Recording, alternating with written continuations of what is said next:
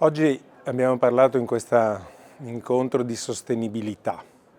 Sostenibilità sembra una parola molto semplice, però quando andiamo a tradurla nella praticità diventa molto complicato, perché non basta la sostenibilità ambientale, deve essere una sostenibilità economica e anche sociale.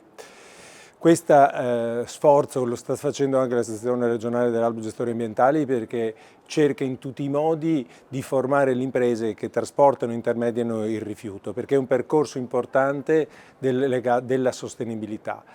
Perché un rifiuto trasportato in maniera corretta, smaltito o recuperato nella maniera corretta, è un passo, un aiuto forte all'ambiente. Conosciamo tutti quanti danni facciano i reati ambientali, ne abbiamo sempre purtroppo in crescita. Quindi quello che posso dire è che la nostra attività che facciamo quotidianamente nel formare le imprese, invitarle all'iscrizione all'albo, tra le altre cose obbligatorio per trasportare il rifiuto, è anche un forte stimolo per continuare a lavorare in favore dell'ambiente.